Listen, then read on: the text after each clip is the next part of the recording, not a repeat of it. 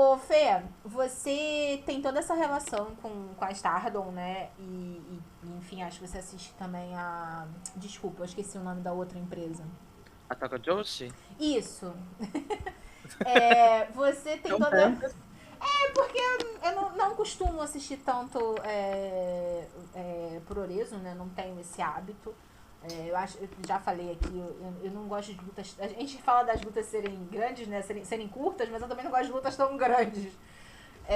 Mas assim, sempre foi muito forte a presença feminina, né? A gente quando volta, né, lá nos anos 90, por exemplo, a gente tinha Toyota, Bull Nakano, é, muito bem, assim, lutas que são, sei lá, ó, concursos onde a gente for citar, né, como melhores lutas, lutas mais bem avaliadas e tudo mais. Por que no Japão, principalmente, funciona e aqui no Ocidente a gente tem esse problema? Então, Tabata, é uma. Eu acho que é tudo uma longa história, assim, né?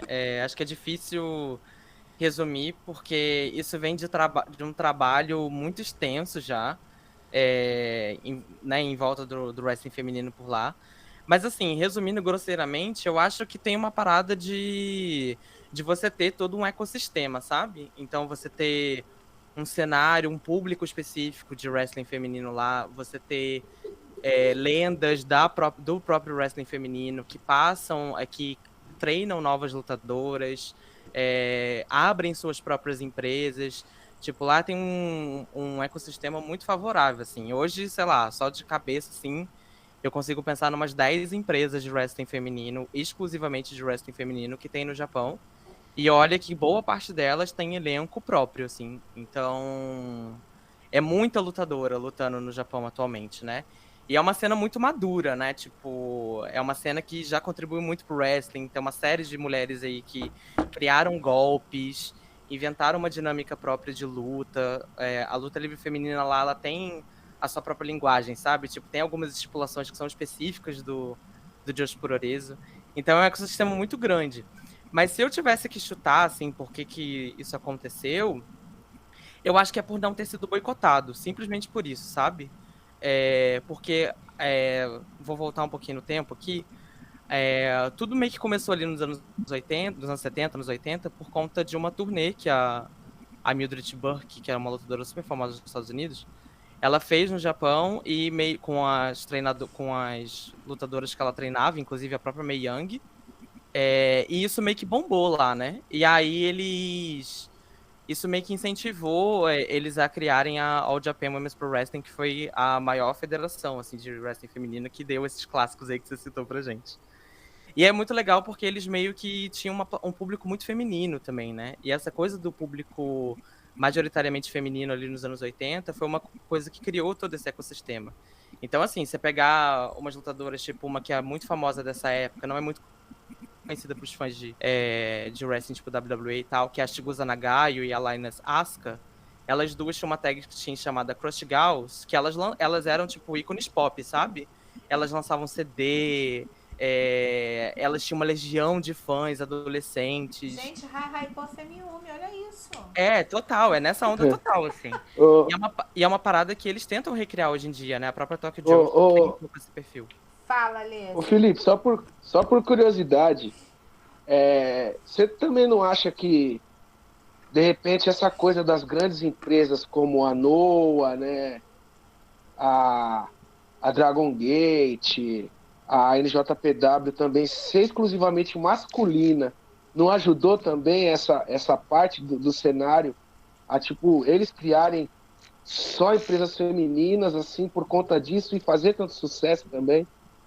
É que eu acho que não foi uma coisa consciente, assim, sabe? Ai, a gente não vai ter mulheres. É que a cena meio que se consolidou desse jeito.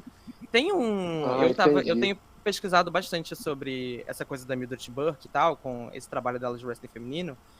E tem uma parada que é muito triste, assim, quando você começa a ler a biografia dela e tal. Que tem uma parada de que isso que ela fez no Japão, de apresentar o wrestling feminino lá, era o que ela queria fazer nos Estados Unidos, sabe? E ela meio que Ah, não conseguiu porque ela tinha um relacionamento muito abusivo com um cara que comandava a cena junto com ela, eles meio que se separaram. E aí meio que a Fabulous Moolah entrou pra controlar, ela meio que era uma figura muito influente no wrestling feminino, e ela meio que tirou esse foco, mas assim, eu acho que é meio que como as coisas aconteceram naturalmente, lá se formou desse jeito, separado, e aqui foi, e nos Entendi. Estados Unidos meio que se construiu como uma coisa de Foi contra, né? um Você pega show B, Shine, sabe? Shine. O wrestling feminino virou um show B. E É. enquanto lá, desde sempre, foi uma coisa que era respeitada. Então você parar pra pensar que nos Estados Unidos teria tudo que a gente tem de wrestling feminino japonês, que poderia ter acontecido uma coisa parecida nos Estados Unidos, é meio frustrante, né? Verdade. Pra quem não ouviu, desculpa, Tabata, pra quem não ouviu o nosso primeiro pinfall sobre as theme songs, a Music Burke, o próprio Clayton trouxe essa informação pra gente no episódio. Depois vocês procuram nos agregadores de podcasts, a gente tá presente nos principais. A Music Burke tem uma participação também muito forte em relação também a wrestling theme songs, porque ela foi uma dos primeiros nomes na história da luta livre a entrar com música. É uma história muito legal. Não, ela é absurda, assim. Eu tenho pesquisado muito sobre ela e tenho me apaixonado, assim, pela mente que ela era, assim. Já tô anotando aqui pra lição de casa, gente, porque eu sou assim, eu já Mas é uma história meio lição de triste casa. também, viu? Porque você vê como uma cena que era tão promissora foi destruída por conta dessas paradas, assim, jogo de influência e tal. Felipe, a Mildred Burke é aquela da NWA, aquela famosa que tiraram o cinturão dela e fecharam Isso. a luta livre nos Estados Unidos, foi proibida nos territórios. Isso. Um negócio assim. E é porque o wrestling feminino durante a Segunda Guerra Mundial, se eu não me engano, acho que não foi na primeira, foi na segunda, ficou meio popular porque como os caras foram pra guerra, eles começaram a permitir mais, né? Porque o wrestling feminino era proibido em vários estados e tal. E aí ela aproveitou muito isso pra apresentar vários talentos, treinar meninas novas e tal. Ela tinha muito esse desejo de construir essa cena, que é o que a gente viu no Joshi, entendeu?